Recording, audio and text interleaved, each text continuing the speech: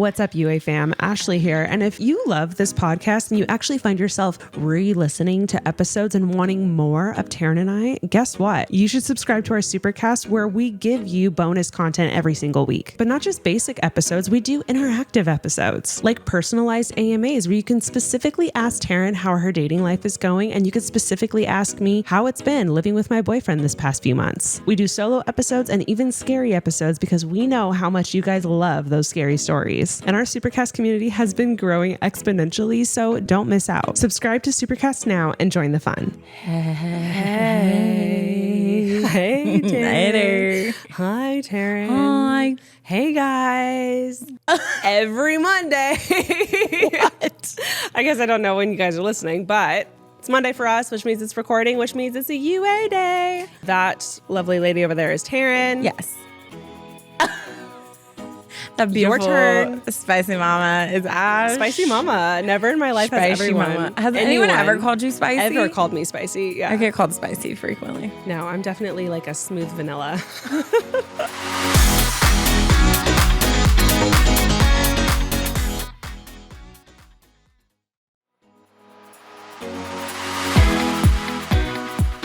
I love that. I think have I said this on the podcast? I think I have. But the guy I'm dating was like, you're white, but with seasoning. Fair. I know. A very accurate description. Know. So you're like Spanish latte, not a Spanish latte.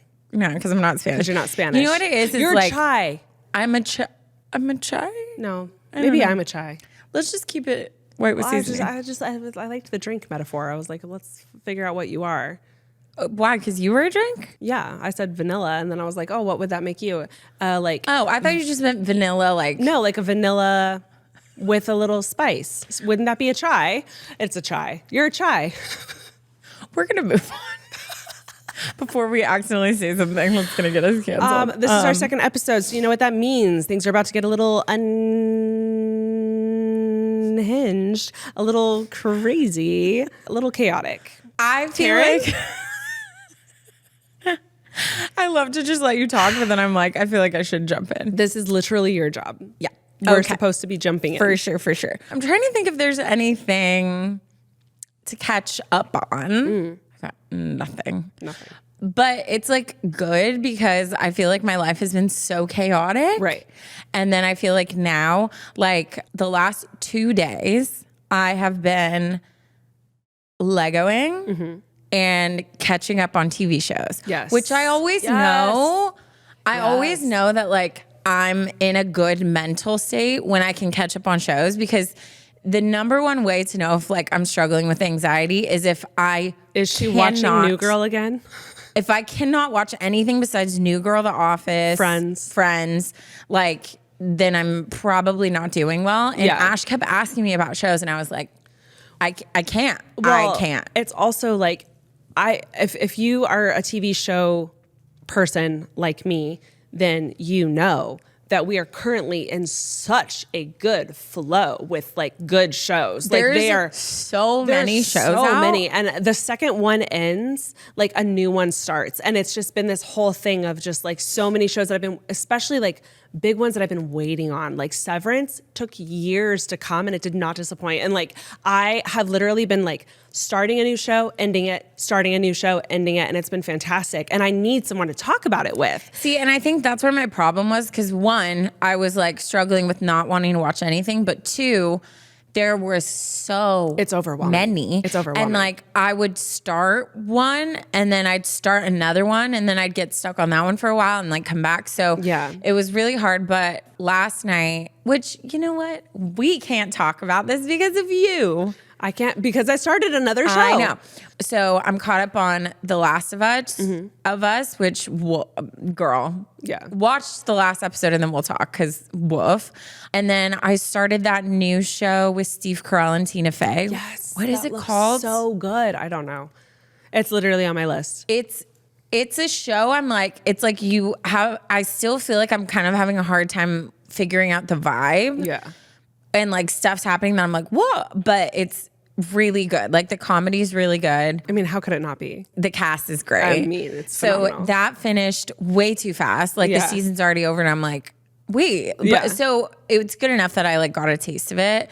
There's still some shows I'm like needing to finish, but I feel like I've like done a good job of like, now I'm in a good routine where I'm like escaping in a show and like vibing out. But yeah. Oh, there's so many good shows. I'm currently watching The Last of Us. I'm currently watching The Studio, which is phenomenal. Oh, I gotta start that one. And I just started Your Friends and Neighbors. It's the new John Hamm TV show, and I literally binged it so hard. Yesterday, we went on like a little hike, and then it was so hot this weekend, like damn near almost 100, that Alicia's gone and out of town. So Jackson and I were like, well, let's go to Alicia's house and use her pool. So like we swam. Oh, did you end up going? Yeah. Okay. Both Saturday and Sunday. Like, and I got a little tan, and like the pool was cold, but like it was so hot. It was refreshing. It was like that kind of feel.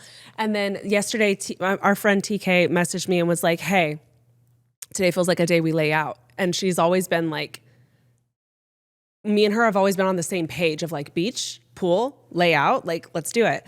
And I was like, that's so funny you texted me, because I'm literally headed to Alicia's to like go lay by the pool. So I was like, Lita, can I have like a friend over and like go to your house? She was like, of course. So we laid out and then had dinner. And then we all three watched the show. And when I tell you, I thought we were going to watch like an episode or two, we watched like 6. That's crazy. And it's so good. So highly recommend. I mean, all 3 of those shows are phenomenal. Highly recommend all 3. But I ended up putting off watching The Last of Us last night because the John Hamm show was so good. So if you guys are needing a new show, all 3 of those are so different and so good. Yeah, so good. So that's my little TV show recommendation, our little TV show recommendations corner. Love that. I feel like we keep getting like on some crazy tangents and not doing what we came for. Yeah. So I feel like we should shut up. Let's do that. And like get into it. Let's do that. We can banter later, but like every I feel like because like we missed recording because like we took a little break. We're like blah, blah, blah, blah, blah, and we need to just hone it in. Everyone's like, shut up. Just kidding. I feel like you guys like when we like get on rants, but they wouldn't be here if they didn't.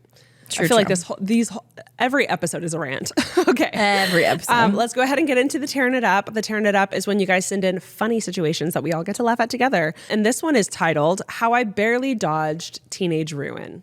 Hi, ladies. Hey. The little memory guys in my brain recently made me relive this moment the other morning, so I thought I would share it. The memory guys. That's cute. Mine are on strike, apparently, because I can't remember crap. I was going to say, mine quit a long time ago. First of all, a quick thanks to both of you for creating such a lovely, safe place for us listeners to feel heard, understood, and valued. I am a longtime listener, and the laughs and camaraderie bring me so much joy every single day. Love that. Okay, so here we go. It was 2009, and I was a freshman in high school. I wasn't popular or anything, and my general goal was to go through the next few years without being perceived too often for any reason. In parentheses, they add, we all know how mortifying anything can feel as a teen. Honestly, I feel like that was my goal through high school, was to just like not just be make noticed. it. Just survive. Yeah. Especially like freshman year. Like freshman year is like, you're literally so scared of everything and everyone, and you're just like trying to fake that like you're cool. Oh my God. Freshman year for me was I like changed schools. I know a lot of people do, but I changed schools and also changed like cities that I went to school in. So it was a big year for me. And I went from a very, very small private Christian school to a much bigger school, still private and Christian, but like big. And I like walked through the door and I was like so overwhelmed. I was so overwhelmed. That would be very overwhelming. Yeah. But they continue. This particular morning, I had walked into history class to find that our teacher had rearranged our desk layout to be a U shape. You know when teachers would do that? Yes. And that would like honestly be either the best thing or the worst thing, because something was happening that class. Yeah, like you could now be sitting by like a mean girl or your crush. You finally got sat next to him, and then now he's like, or you get sat next to the room. weird person, and there's a lot of risk factors on like who did you end up next to, and also like what's going on in class that requires the U shape. So the teacher had rearranged the desks to be in a U shape, so students' faces were pretty much surrounding me on all sides.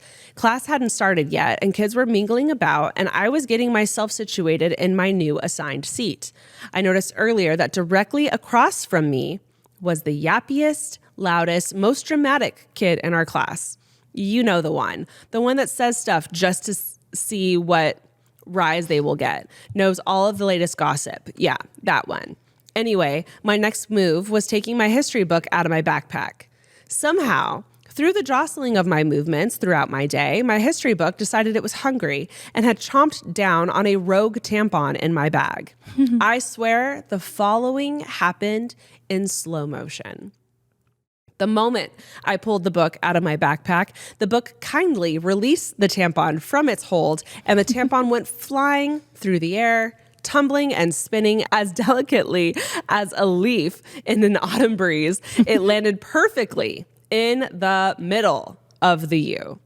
I frantically looked around to see if anyone had noticed what had happened because, as we know, admitting ownership to any sort of period product used by a teen is taboo. Luckily, everyone was caught up in their conversations and didn't notice, except, of course, the yappy kid. They looked up at me with a devious smile. I gave them a pleading shake of my head before diving under my desk to complete the retrieval of the tampon. As I was bending down, I heard them begin to say in a voice that would surely be heard by everyone, "Veronica, is that your ... Right as I nabbed the tampon and slid back when they were about to say the word tampon. Right when they were about to say the word tampon, the bell rang and drowned out their voice. Thank God. I sat down immediately and the teacher started talking. The yappy kid and I held each other's gaze for what felt like minutes before they decided to let it go. I somehow lived to see another day as a freshman in high school. It's so funny to remember what felt so big as a teenager. I hope this made y'all giggle. Feel free to use my name. So much love to you girlies and the listeners. Aww.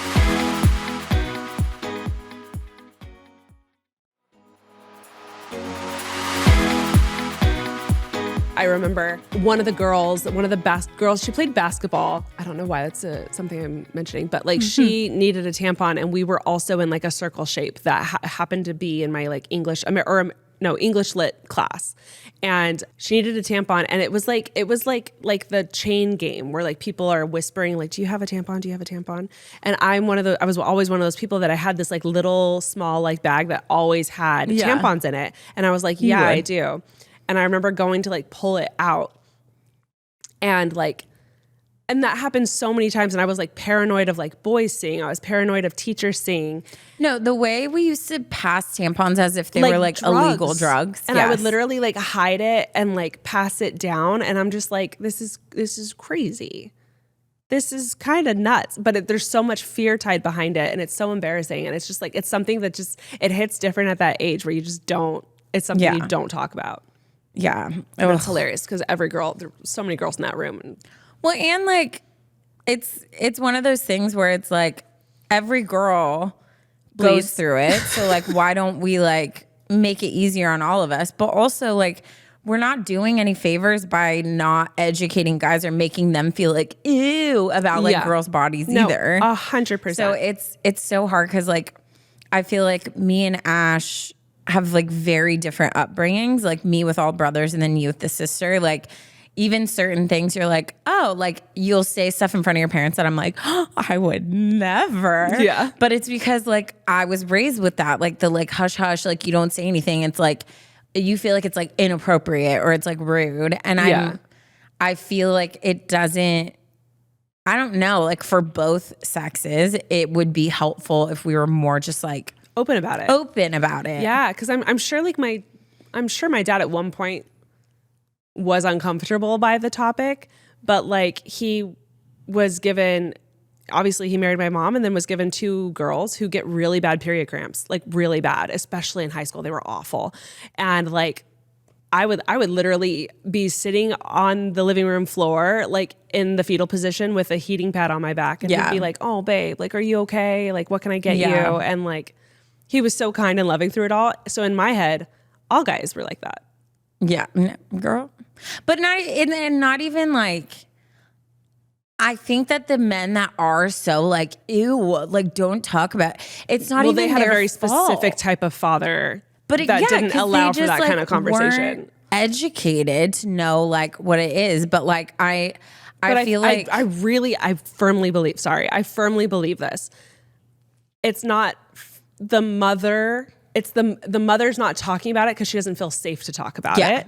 And that usually falls on the father, stereotypically. That's all I'm going to say about that. No, for sure. I mean, I think, God, we're just like really getting into the psychology, which we were not supposed to do this. But also, isn't that what we do? But I think too, like it's, I think with everything, it's about like who the person is and their environment and everything too. Cause like even my brothers, like I just never talked about it because I wasn't used to it. And like even in school, I don't feel like they did a good job of really educating us in what it is. Like I was super confused about like how things worked and what things were until like I had conversations with like my mom or like whatever. But my girlfriends taught me everything. Yeah. But my brothers were not exposed to it, but are just like genuinely good people. Yeah. So like now like watching them with their wives, like it's like everything is so open and talked about, and it's like no shame, no uncomfortableness, even with not being raised with that. So I feel like there is also like, but like I have a little bit of grace of like, oh, you just weren't exposed to it. And then I'm like, oh, you're just like a jerk. I do think there's like an age where like a guy is like, oh, it clicks where it's like, oh, every woman in my life has this. And it's not a disease. I need to like get over it. Yeah. Yeah. If Jackson was like weirded out by it, it would throw me off. It would literally throw me off. Like if I had to like, hide my tampons like for the rest of my life because like it's just luckily like I feel like most men now that I would allow in my life, because I only allow great men in my life. Yeah. I don't have to deal with that. No, like the guy I'm dating now, like I don't feel weird being like, oh, I'm on my period or oh, I'm cramping. A healthy grown man. This is like a message to all men, actually.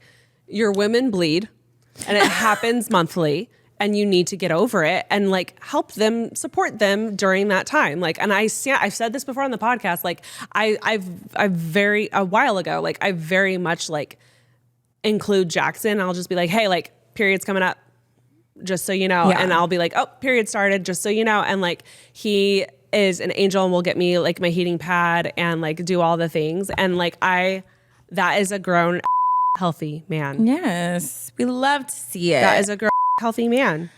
So, but let's get into a grown unhealthy man. There's still so many of them out there. There's so many. It's so crazy. Girl. It's so crazy that they still exist. I have just accepted that I will forever have trust issues just because of what I hear from everyone else. Like I've had a lot of trips recently, a lot of being in big groups where people are talking about their significant other, talking about their dating life, talking about the amount of stories I've heard or things I've observed lately. I'm like, I'm almost like maybe like we should all just like embrace like something bad is gonna happen and like let's just be ready for it, because I'm like, get on a healthy place where we can communicate and start that open conversation so that if and when something bad does happen, you'll be able to navigate it better. Well, and it's funny because it's like I saw this TikTok or I don't know, something where it was like making fun of how in dating you're like, that's a red flag, like ew, he chews too loud, he whatever. But then like when you're with someone, you like ignore everything because you just are like want to be happy and in love. Yeah. And I think there's something to it. It's like I think we're so quick to dismiss guys who have any inconvenience, But then the ones that are like, oh, they show no red flags. Usually they're the narcissists or they're the players that are like so good at spitting game. Yeah. So I've just learned, I'm like, I would so much rather have a relationship where like we do have some tension in certain areas, but those areas are minuscule compared to like foundational things that what's a man's doable. gonna like hurt me or you know what I mean? Yeah. What can I actually live with versus what can I not live with? That is like a completely different thing. So different. But anyways, okay. This one is titled, My Father is a Serial Cheater. Yikes. So here's to collecting more trust issues. The way Taryn and I will forever. I don't trust anyone. After all of these stories that people write in, I'm like, all of these stories that people write in get to me. Oh my God, I've never said this. What? Should I say it? I don't know. What do you? I think I'm going to say it. What? I had a moment with Jackson recently where he like kind of wouldn't let me look at his phone. Oh. I lost my mind, you guys. And it's because of you guys. Yeah. It's because of these stories that keep coming in. He has given me no reason to not trust him. But I like reached for his phone for something and he like hesitated and like kind of took it back. And I literally almost lost my mind. We had a whole conversation about it. I was like, I had a pit in my stomach. I talked to Taryn about it. This was a couple months ago. I made a whole thing out of it. I was like telling him, I was like, you can't do that. I was like, that is not allowed. Like have to be like open. Like we have to have like open honesty with us. I was like, I hear too much on this podcast. This will not be us.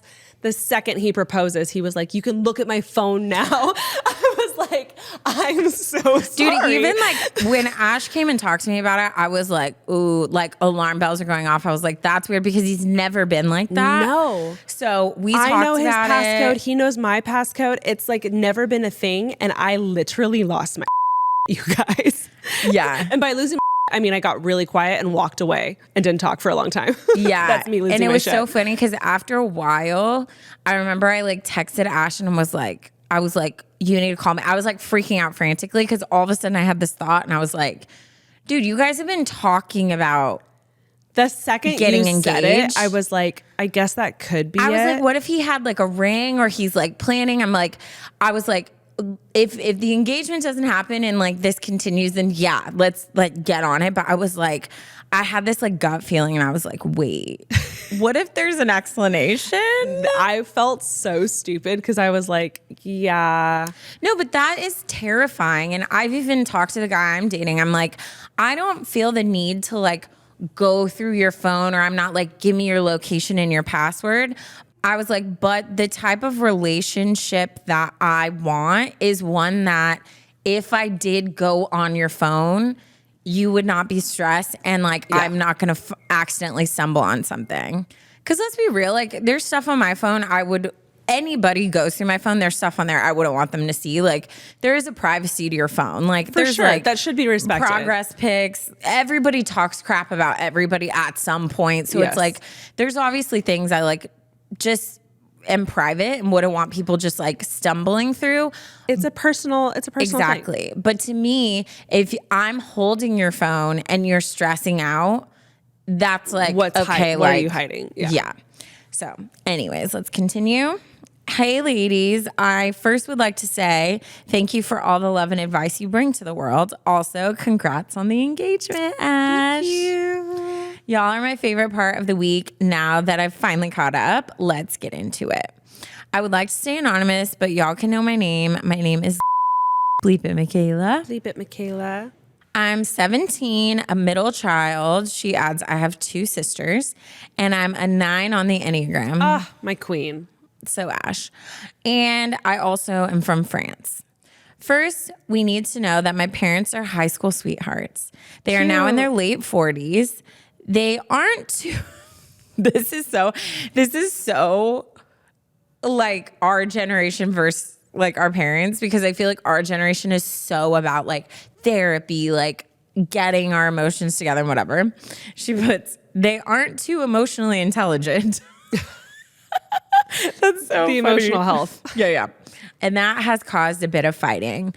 Also, I feel like my dad kind of resents me because to my mom, I am the angel child. I do whatever she asks me and can say anything, and there will rarely be any consequences, even when some things I say may be offensive to her. But if anyone else in the family says anything that I would, they would get yelled at or she would get mad. Okay, so a year after we moved back to France after COVID, and my mom had battled cancer. So this is around like 2020, 2021. I distinctly remember being in 9th grade. I was searching through my files to find photos that my mom had shared with me after a trip. Mind you, my dad, my older sister, and I share an iCloud, so our files, photos, and texts are synced, and we can see each other's photos, files, and texts. That's my actual nightmare. The amount of trouble I would have gotten into over the years. I feel like did she say her age? This is when she was in 9th grade. So it still makes sense. A little better. A little better, but still terrifying. I feel like I could see why I would share stuff with my children. Yeah. So I was just scrolling through the photos and I found a nude of my dad. Yikes. Therapy immediately. Trauma. That impacted me deeply at the time because on top of that, my parents were fighting a lot. I told some of my close friends and deleted the file. Later in that same year, when I was going through my photos app, I saw the same nude and another picture of his. And I was like, WTF. I talked about it with my best friend, but couldn't bring myself to tell my older sister or anyone in the family. Ugh. I obviously deleted the pictures, but they are burned into my brain. Yeah, no and kidding. For a while, that's all I could think about. I was sure they weren't meant for my mom, but who were they for? Right. For a while, there was nothing, but recently I've seen texts confirming. No. Texts of women's nudes and plans to meet. Women's, plural. Texting to see if these women were available to do the deed and more. What? This guy's an idiot. No. This so guy stupid. is an idiot. So stupid. I mean. There has been at least 5 occurrences since February, while on break, while going to another city for work, and even on a casual day in the week. I also think I found his Instagram and the name he goes under, which is Frank, to not get caught. Mind you, he claims he does not have an Instagram. The app is literally on his phone. Which, like, why would you have the app if you don't have an account? Also, why would you go through the process of having like a hidden Instagram account and thirsty. Not hide your photos? No, he's your literally actual thirsty. photos. Yeah. I still can't bring myself to tell anyone, and I can't act like there's nothing going on either. Yes. I want to tell my older sister or even one of my friends, but it feels too heavy, and I'm scared to look like I'm this broken person. No. For a while with all the fighting, the fact that they hurt each other a lot and negative vibe going on, I've wanted my parents to divorce. Yeah. But I know that's something my dad doesn't believe in. He also doesn't believe in therapy or counseling. But he believes in cheating? I'm sorry. That part. So even if this all comes out, he won't try to fix it. I also don't want to cause a huge shift in the family as my sister's still young. She's 12 and needs 2 parents. I don't want my mom to be devastated. Anyways, I don't know what to do and hope this wasn't too long. Also, I've attached photos. At first I was like, what photos? Yeah. Which ones? Also, I've attached photos of me and my friends and then also some with my family. Cute. And then I want to see the dad. It's her family.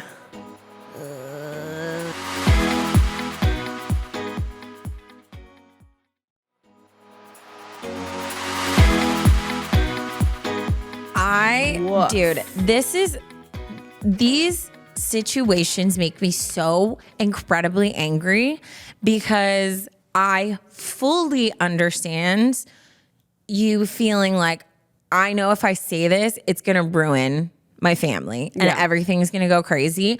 But it is not your, like, this is not your burden and this is not your mistake. And so the fact that this is like on you while your dad is continuing to take pictures of his junk and send them to people is so frustrating to me.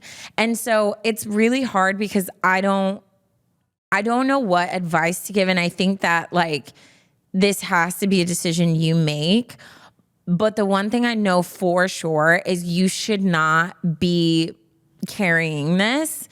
And I don't know like what that looks like whether you tell your dad in like a note so you don't have to see his face while saying these super uncomfortable things and just say like, hey, you need to be the one to tell mom or I will. Like, I don't know what that looks like, but I just think like you can't be the one that is like dealing with this burden. At least the least you should do to protect yourself from having this happen over and over is at least tell your dad, by the way, our photos and texts are linked and I've seen things that will forever traumatize me.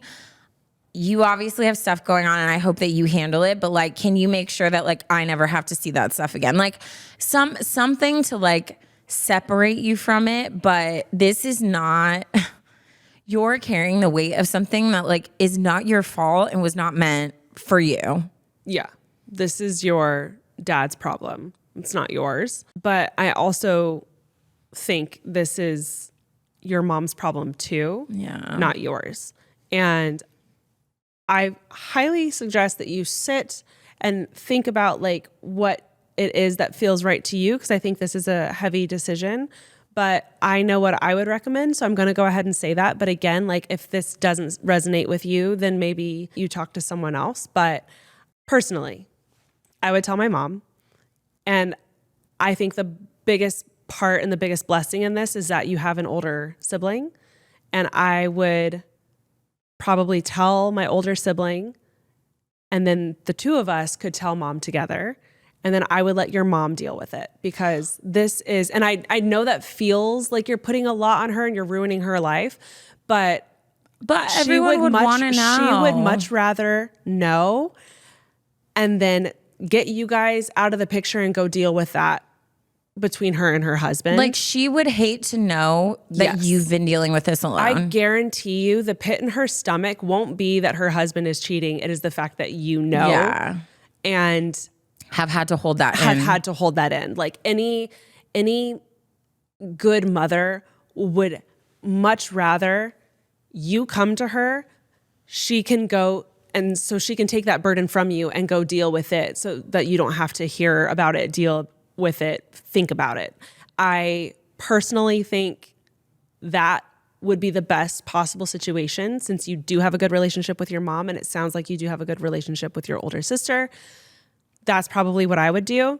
If you don't want to tell your older sister for whatever reason, if you have an aunt or older family friend that is close with your mom, I would tell them and have them tell your mom because I do firmly believe the best possible situation is getting this information to your mom so that she can deal with it. I honestly think like what's nice, I hate even using the word nice in this scenario. Yeah. Everything, all the evidence, everything is on your phone. Yeah. So I think like I retract what I said of telling the dad, you need to like tell mom, like he doesn't deserve that courtesy, honestly. I think I would go to my mom and just be like, hey, my phone is linked with dad's and I have seen a lot of photos and texts and things that like I really wish I never saw, and I have not known what to do for months, but like I feel like you need to know. And I would just give her the phone and just be like, you can go through all the texts and photos, like have my phone however long you need so that you know, and like I'm so sorry. And then I would let her just like be able to confront him on that. Yeah, because she's going to want to like send you to grandma's or a family friend's house, get you out of the house while she deals with that. Like, I know you said like, oh, my sister's so young. I don't want her to like have to go through like a divorce situation. But you've already said that like before all of this even happened, they're fighting and the environment of being around them was so bad that you wish they got divorced, which means she's feeling that too.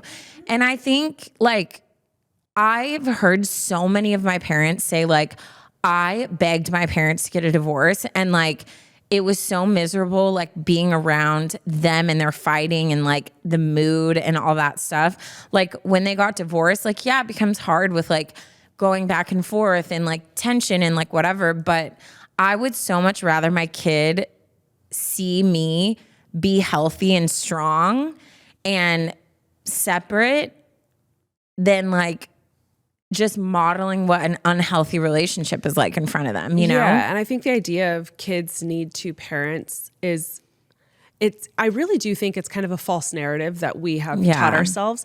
Kids need two healthy parents. If it's not healthy, it's not worth it. Like I would, and I speak again, I feel very lucky. I have two parents. They have gone but they have still chosen each other and worked together. And I think it's a beautiful thing.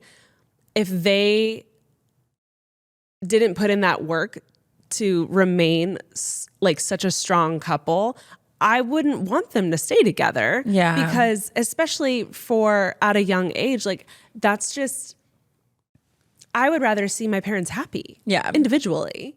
Than put on this charade of like being a happy family, because that's just a lie. And that's also teaching our kids lies. Yeah. And all that to say, I think the two parents, it's not necessary. I would much rather see two separated parents co-parenting in a healthy way. Like you don't have to love each other to love your kids so well and to be good parents.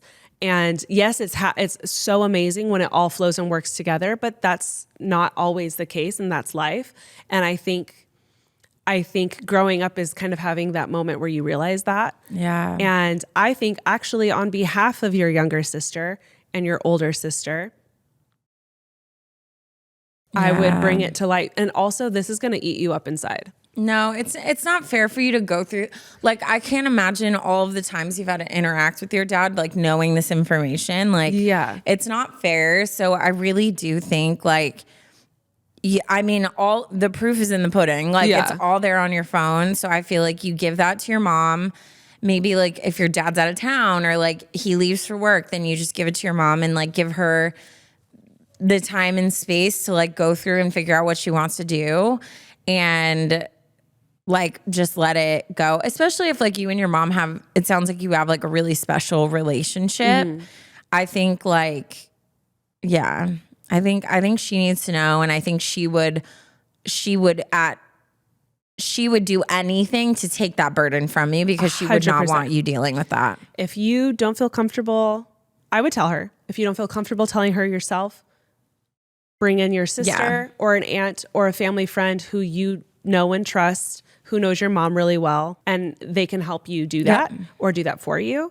And then I would just remind yourself that like you're the kid in this situation and you shouldn't have to deal with this. No. And you and your sisters can go somewhere, go do something while the adults handle it, because this is an adult problem. And I never really understood that at that age because I felt like so grown up, but like this is an adult problem and it does not concern you. Yeah. And I would let them figure it out, let them get situated. And then honestly, I would just like wipe your hands of it and try to heal on your own and focus on your sisters. Yeah. I'm so sorry that he Such a crappy is situation. being so disrespectful to your family.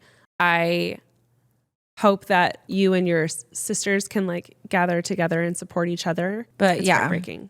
You need to get this burden off of yourself. It's not yours. It's not yours to carry. You got to give that away. Yeah. We had family friends go through something similar, and the oldest child reached out to my mom. And my mom had to help her deliver that news. And I'm so glad she reached out. Yeah. She could not have picked a better person. That sucked for my mom, but like an adult can handle it. And so again, either have you and your sister do it or find an adult who can handle it. And it's nice because like like, oh dear, I'm knocking on every surface around me. Like, if this ever happened to me and like my kid went to Ashley and was like, hey, I don't know how to tell my mom this. Like, and if Ash came to me, it would be so nice having her to like hear that and to cry with her and to like go through the phone together. Like, you know what I mean? So it's like also giving your mom someone to support her that's not you, because that's so heavy. Like, that's not something you should be experiencing. And your mom's not going to be able to really like take it all in because she's going to be worried about you. She's going to try to protect you the whole time. Yeah. So I feel like, giving her either just the space to deal with it how she wants, or giving her someone there that can help her like process through that. But yeah. Oh, my heart breaks for you. Yeah. What an idiot. Seriously. Gosh, every time I hear these stories about people cheating and how they're found, I'm like, you're dumb. Like, you just like, I don't know. And it's like, you risk, like, the thing about cheating that will forever bother me is like, you risk your like life and these people you have deep, meaningful, beautiful connections with for like a split, like, boost in confidence or like a quick hit of like whatever it is. It's just like, I don't understand how you can look at that and like, even if in the moment you're like, oh my gosh, I'm really into this person, this would be so nice, this is so hot, like whatever, like, do you not have the capability to sit and think and be like, yeah, that would be cool for a minute, but I'm not gonna risk like what I have. Like, I just don't. I don't know. Every guy I've had something with, I've always been like, if you ever feel the need to cheat, please just break up with me. I was going to say, I feel like that's what's hard. That's what's hard. Because like in my head, I'm like, listen, I get being unhappy. I get, being in you've been married for X amount of years and you're not in love with them anymore. Fine. End it. Yeah. Like the divorce is so common. It's not unheard of. It's not scandalous. Like, you can go about having a healthy divorce and then go do whatever you want to do. Don't do it behind their back. Like, oh my God, it makes me sick to my stomach. Ugh. I'm sorry. Anyways, Anonymous. now I'm heated. I'm getting upset. I'm heated. Like, I'm taking my jacket off. I'm sweating. Okay, well, let's go ahead and move on over to my story. This one is good. Oh my gosh. We're taking a little twist and turn from the heavy. This is still, there's like an intensity to it, but in a much different way. This one is titled, I'm in love with my best friend, who is also my roommate. But there's more to it, and we'll dive in right now. Team. Buckle up, ladies, because this is a doozy and really freaking long, and I desperately need your help. First of all, I have to say congratulations to Ashley on the engagement. Thank you. Did you just pick this because it said that? I was like, ugh, if you don't she say just wanted congrats, to hold up her then I'm not reading your story. Okay. We get it. You're in love, whatever. She writes, I love you both incredibly much. The podcast gives me the comfort I need while making my way through college. Aww. Oh, also, I'd like to remain anonymous for obvious reasons, but my name is you guys can know. Bleep it, Michaela. For the context, I'm currently typing this out, laying in bed after having a full freak out about this entire situation. I just love when they're the first, like, we're the first things that they think about. They want to tell us. But anyways, for background, I am a senior in college studying English literature and hoping to go into library science. I don't even know what that is. There's a science in the library happening? I just got finished with my second to last semester, and I'm going to graduate this fall. I'm so excited and absolutely terrified at the same time. I am 20 years old, and I'm an Enneagram 2, an ENFP. Don't know what that means. And a Sagittarius. We need to redo. We've been talking about this for such a long time. I know I'm an E, because it's each letter stands for something, and then it's like the first one is your most whatever, right? I think we might need to like deep dive into this. Yeah, because I know empathy was my like number one, and I know this because I had to take it in college, and my professor told me with my results that I've said this before, if I went into therapy, I'd be the best, but it would completely destroy me. Wreck you. Yeah. I've heard such great things about Myers-Briggs. I also did it in college. couldn't tell you what mine was. It was so long ago. She continues, I met my best friend, we'll call her Jane, in English class my sophomore year of college. We instantly clicked and became instant friends. We talked all through our classes, pissed off our professors plenty, and had a blast while doing it. We even had friends in our classes that assumed that we had known each other for years. This girl's like explaining our relationship. When really Jane and I had met at the same time that we met those classmates. A lot of people even assumed we were dating. This year, many of our class friends were shocked to hear that we were just roommates and not partners. LOL. It's kind of become an inside joke now. It's like that. I saw that TikTok that's like, when you best seed so hard, people think you're a lesbian couple. Yes, Me and literally. Ash have dealt with those. Literally. People have thought that for like the longest time. It's so funny. I like kind of miss it now. I'm like, wait. Like, are we not as close? Are we not? Like, what's going on? Why are there no romance rumors? Why are the comments so like not so calling us out for being lesbians? She continues. At the end of the last spring semester, I was freaking out a bit because I didn't have an apartment set up for the following school year. But Jane informs me that one of her roommates would not be returning and I could move into her place. So I immediately accepted. Now, I know what you're thinking. Moving in with your friends is not always a good idea. But in this case, it worked out perfectly. I fit in so well with the pre-established roomie dynamic and clicked well with the two girls plus Jane. Although the longer Jane and I lived together, the more codependent we became. I'm still living here now and have signed a summer and fall lease, so I'll be living here until next May. While I had an incredibly difficult year academically and personally with family members passing away, losing friends, and classes taking a back seat, Jane was always there for me. She would sit beside me in bed while I cried. She would drive me to In-N-Out when my anxiety wouldn't let me eat anything but a cheeseburger. And she even stood with me as I embarked on the difficult journey of starting anxiety medication. When I tell you, that was the hardest thing I've ever done. The first medication my doctor put me on made me sick and I could barely eat for a week. On top of that, Jane and I were at a conference for school where we had to present multiple papers and attend panels and meetings and events. It was so incredibly fun, but I barely ate or slept, and she was there for me the entire time. Held my hand while I tried to down protein shakes to get some calories in me. She has truly seen me through my worst, and I've been there for her too. It was on top of this trip I started to realize that something was different.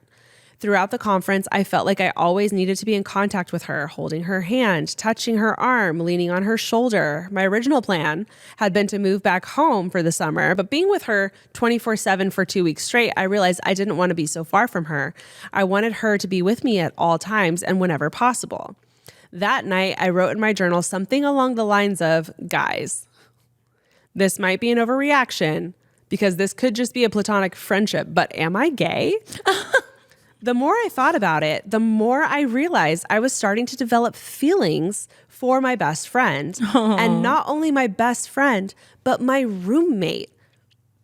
Till May. Yeah. It has been about 6 weeks since this realization dawned on me, and it's only grown. Also, I'm a bit of a late bloomer. I've never dated or kissed anyone or even liked someone who liked me back.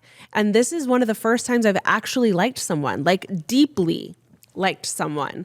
I feel like I can't exist in the same way when she's not with me because when she's gone, all I do is think about her. She comes into my room and lays in my bed. We watch TV together. We cuddle on the couch. And mind you, she's not a touchy person. She's only like this with me. One time we were watching our show on the couch and I was kind of sitting behind her and she was curled up on the pillow in front of me and she grabs my hand and uses it as a pillow. When our show ended, I asked, "Do you like when people touch your face?" And she answered, "No, only you." And I just about melted. When she says things like that and does things like that, ... The other night, we were on a trip, and of course, there was only one bed in our hotel room. And guys, I can't make this stuff up. I was playing Sudoku and trying to fall asleep, and she rolls over so she's facing me and watches me play Sudoku. Then she drapes an arm over my body, her hand resting on my arms, and she starts drawing little patterns on my arm with her fingers, softly tracing patterns until she drifts off to sleep right next to me. Am I crazy? Or does that not scream romance? My problem is Jane is straight. She likes men and desperately wants a boyfriend. She has made this fact very clear, so I have to constantly remind myself that she doesn't like me, I like her, and it's killing me.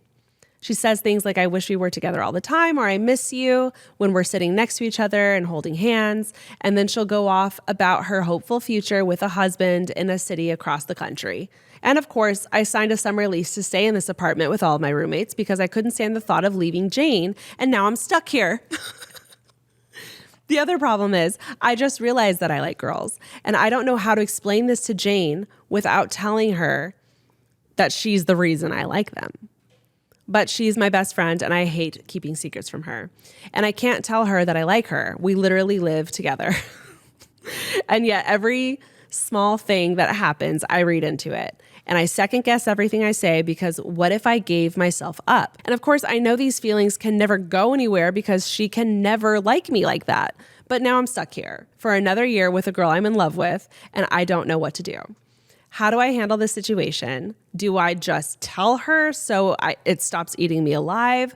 Do I need to set boundaries? And that one's hard for me because honestly, I'd rather have her close to me than distance myself, even if it's at the cost of my happiness. I don't know how to be happy without her. So yeah, that's my little predicament. Sorry for how long this was. And any advice you have would be greatly appreciated. I've attached some pictures of me and my roomie. Love you girls so much, and I'm truly so grateful for the time and energy that you put into this. I'm the blonde, she's the brunette. You're both cuties, and I can just see, obviously, like, I know, like, at the end of all of this, you guys are truly best friends. Yeah. So, like, I can just see, like, the love and joy that is there between the two of you guys just in these photos. It's super cute. I really feel like we need to just like take a beat. Yes. I feel like we need to take a major beat. Now, whether it is true, you're in love with her, you're into women or not, I think either way, for you to know things for sure, we need to like take a step back. Mm-hmm. The reason I'm saying this,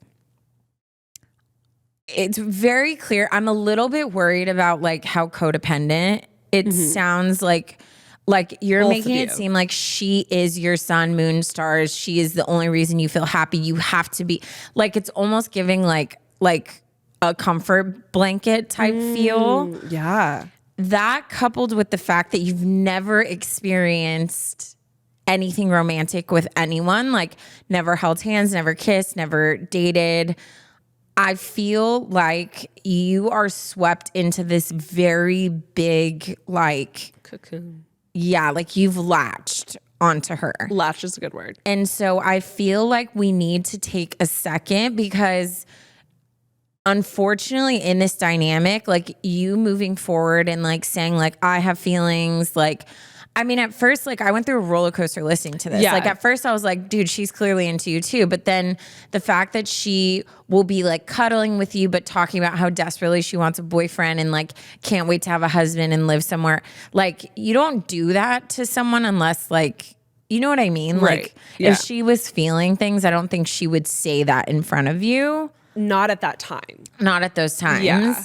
So I don't know. I just really feel like you might be into girls. Like I'm not trying to undermine that, but I just feel like the fact that you haven't experienced anything, it gets very confusing. And even I haven't struggled with that with like a girlfriend, but I've struggled with that with a guy friend before where I was like, well, we hang out all the time. Like I like am comfortable with him, or like we'll sit on the couch really close to each other and watch things. And it's almost like I confuse how much I loved him as a friend and his proximity to me with like, well, should I have feelings for him? When in reality, like I did not have feelings for him. I just wasn't experiencing anything else. Yeah.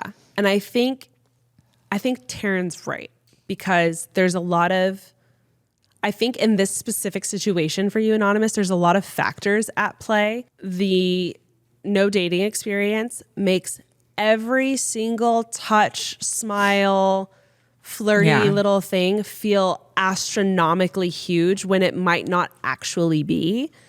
Girl, I've told you before, I had someone touch my back one time and I was like, I wanted to go home and cry because I had not felt the touch of a man in a really long time. Okay. No. And it was like an usher in the church. Okay. It was like when you have a long in the church. I'm done. When you have a long time without that, and when it's something you desire, which you obviously do, everything can get tangled and mixed up, which is why I think a lot of people end up in miserable situations because at that point you're like, I'll take anything because I just want to experience connection. Yeah. My first kiss post-COVID, like, I think the whole reason I stuck around for so long was because of that first kiss. Yep. Like, I was just like, I forgot what it felt like to kiss a guy. Yep. And I think this is what me and Taryn are talking about is so much more heightened when you have had zero experience. It's when it's just like the brief, your shoulders brush and you feel like electricity. Like that is a very intoxicating situation to be in on its own, let alone you sorting through all of these feelings on your own personal mental health. Like journey. she helped you out of a dark place. Like there's so much there. And those little statements you made of like, I was going to go home, but I can't spend time without her. Like when I'm not with her, I'm like, it just sounds to me like she has morphed into a security blanket, like your lifeblood. And that's not, even if she is meant to be your person and you are in love with her, that's not healthy. And that's not good for you. No. And so I think that like what needs to happen is you do need to pull back and like recenter what your foundation is. And I don't know, sometimes I feel like we get so scared to do that because we're like, oh my God, but if I back off a little bit, they're going to move on and whatever. Let me tell you something. If a relationship you have is so fragile that you taking a beat to like make sure you're okay and like to take space, that's all it takes for it to knock over. It's not meant for you. It's not. Yeah. So I think like sometimes if we need to like think about what it is that's holding us back.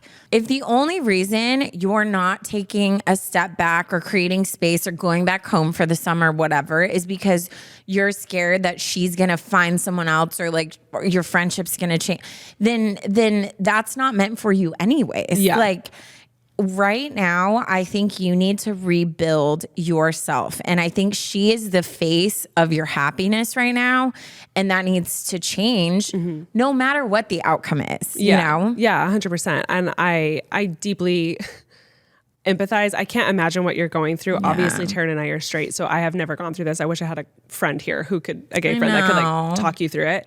But from my own personal side note, I agree.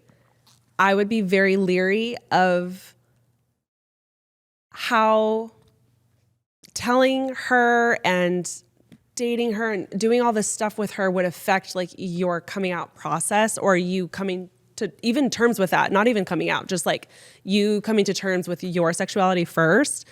So I would do what Taryn said. I would take a beat and I would put in some space, maybe go hang out with other girls. Maybe. And see how that makes you feel. Go on a date with a guy, even like a lame one, like go on a dating app. How does it make you feel? Flirt, go out, interact. Like, do you hate it? Yeah. Okay, maybe that's pointing you one way. Do you love it? This is a big decision to make. And you don't want to give that to her. And I'm not saying, like, I hope you hear me. I think it is beautiful if you like girls or boys. That's not what I'm saying. There are just so many little statements in your email that make me worry that you're latching onto this because it's all you've experienced and it's brought you comfort. And I think that I've watched friends do this exact same thing where they like made this big hard turn in their life and went all in. And then all of a sudden they were like, I don't really know. And it messes with your identity, you know? It really does. So I feel like it's not, I'm not saying this because I'm like, no, you like boys. Like, I don't know. Like, that's your journey. Mm-hmm. But I do feel like the attachment you have with her is right on that border of like beautiful and concerning. Well, it's like you said, it's your journey, Anonymous. It's not hers. So I'm not saying cut her out of your life. You have your best friends with her. Like, I'm not saying do that. Keep her in your life. Absolutely. But maybe start mingling with other people. Maybe start dating first. Go on a first date. Yeah. Because if you haven't gone on a first date yet, like maybe it's not her, or maybe this will confirm it is her. Like, I think we should start our own journey separately and then see where that takes us before messing with the friendship. Yeah. And then again, just separately, even though Taryn is literally my soulmate and like my rock, I want her to have a life separate from me, and just like she wants me to have a life separate from her. And I think our that's relationship is stronger when that is the case. Yes. Like, otherwise, what would we talk about all day if we like had nothing else? You know what I mean? Like, I just think either way, even with, I've even had to do this like dating again, where I've caught myself where I'm like, whoa, I'm very quickly putting him at my center, and like that's not healthy. I'm falling head over heels. Yeah. I need to like reel it in a little bit. Just like where I'm like, ooh, like I'm not putting as much effort in like other areas of my life that I've worked really hard to build. Yeah, and there's times where I would say, you know what? Go crazy. I know you're just having fun, like go for it. But because this is such a pivotal point in your journey, I would be very careful about what you let yourself do with your best friend, who you clearly are having so like bonding with like deeply. I wouldn't want that to get lost or ruined or affect your personal journey in any way, because it's such a delicate period of your life. And like, if none of the other stuff was involved, I would be like, okay, like start with a conversation where you're like, hey, I think I've been like, I might kind of be interested in girls too. And like start with that and see what she says. If she's like, oh, I could never, but like good for you, then you're like, cool. There's my noted clarification. Noted. You know? And then if she's like, oh, interesting. And like, you can kind of like see where it goes and start to share things, like maybe throw out a like, dang, should we just date, and see like what she says. And like, there's ways to go about it. So like, but I don't even like want to give that advice yet, because I think you have so much foundational work you need to do on a personal level. And this is not a scary thing. This is a beautiful thing. Yeah. So I know it's going to feel weird taking space, and you're going to need to communicate with her, because she's going to be like, where are you going? Yeah. And I would just say like, hey, like I really feel like I've been through so much. Like I'm on these meds. I'm trying to restructure my life, and I'm just kind of going through it, and I'm going to get into therapy. I'm going to go home and take a beat. Like whatever it is, you need to be in therapy. Join a club. Yeah. You're in school. The best out is to join a club that she's not a part of. Could be literally any club, a photography club, could be a workout club, a running club. It could be a book club. I don't care. I think you need to get into it like a different groove. Or get like a part-time job at like a coffee house. Something that's just separate from her, to give yourself some space to think and to breathe and to live. Because right now you're breathing in her. And I feel like there's just got to be some breathing room for you to kind of sort yourself out first. Yes. And also, then see what happens. And me and Ash can both attest to this. Like I keep forgetting, like she's never experienced anything. Yes. But there has been so many guys that I thought were my husband. Like I am going to marry him. If we break up, I will die alone, because he is my one soulmate. Yeah. Not even joking. Like 2 weeks go by, or I met someone else and hung out with someone else, and I'm like, whoa. Also, she's a 2 on the Enneagram. I completely forgot. You and Taryn have very similar yeah. personalities. We love big and we love hard. Yeah. So I think like I'm not diminishing it. And she could be your great love of your life. 100%. I'm not diminishing it. But I think like for you to move forward, you just need to get all of the pieces in place and like give yourself space to make a decision before you like jump into it. Yeah. Yeah. And I know this is like exciting. It's exciting. I literally was about to go and turn down the same road that Taryn is turning on right now.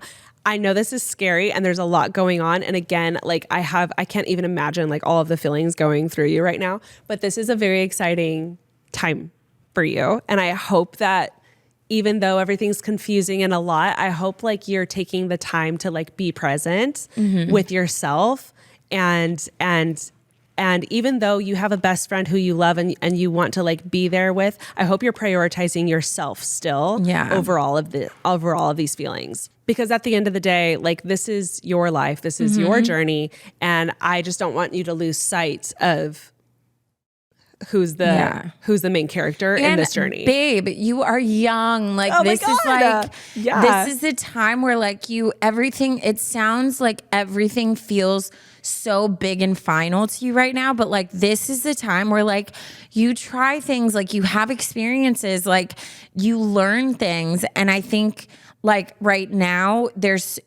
like the way you wrote felt so heavy. And I think like, you need to just take a step back and be like, you know what? Like, I'm going to be okay. I'm going to get through this. Like, life is beautiful, and just one step at a time. Like, I think back to that time. I was in my relationship at that time. Bleh, bleh. But it's like, I look back at that version of me and I remember feeling that same way where I'm like, oh my gosh, this is my life and everything's going crazy and like blah, blah, blah, blah, blah. And now I look at like where I'm at now and I'm like so thankful for those lessons, but they're a blip, like a literal blip in life and like where I am now. So I feel like you just need to like take a second and like release some of that pressure, and it's going to make everything feel so much more manageable. 100% more manageable. And, you know, life in your 20s goes by so fast. Yeah. Who you are right now can completely change within a year. Yeah. And like, I think I didn't even know Ash. No. And I was literally talking to a girlfriend. I told you TK came over yesterday and we had a whole barbecue. We were talking about dating. And I was like, isn't it crazy? Because she was with me she knew me during my like major like single stint where I was single for like a very long time. And it's crazy to look back at that time and realize like I didn't even meet Jackson until I was 31. And whatever you're dealing with now, it doesn't matter. This is for everybody, not just you, Anonymous. Whatever you're dealing with now, it's going to be a completely different life situation in a year, in 2 years, in 5 years, in 10 years. So I really want you throughout college, throughout your 20s, throughout your 30s, and during this journey of discovering who you are, to just continuously show up and prioritize you first. And then once you have your healthy foundation set, then start like bringing people in. And I'm not saying don't have fun. This is just me like as a wise 35-year-old looking back saying this is what I should have done. Yeah. Because maybe this is your person. Maybe you won't meet your person until you're 31. Yeah. Like your life isn't set in stone. So I wouldn't want you flipping tables in your personal journey to include someone who may or may not be in your life. And that's just kind of my, again, wise 35-year-old little nugget. But this is such an exciting time. And this should be focused. You should be focusing on you. Yeah. And I encourage you to maintain your best friendship, but also start including other people for you. Yeah. Because it's a good decision for you. I agree. You got this, girly. You got this, girly. And also congratulations, you're almost done with school. This is huge. I'm so excited for your future. If you want to give us an update, would literally love. I felt like there's been times where you guys send in emails and they're long and I feel like I should cut it. I couldn't cut a single paragraph. Yeah. I was like, I am on the edge of my seat. Yeah. I was like, there's so much going on. Yeah. I loved how you wrote it and how vulnerable you were.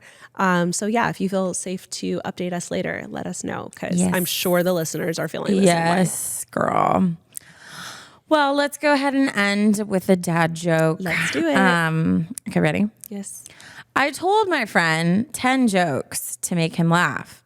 Sadly, no pun intended. Do you get it? Yes.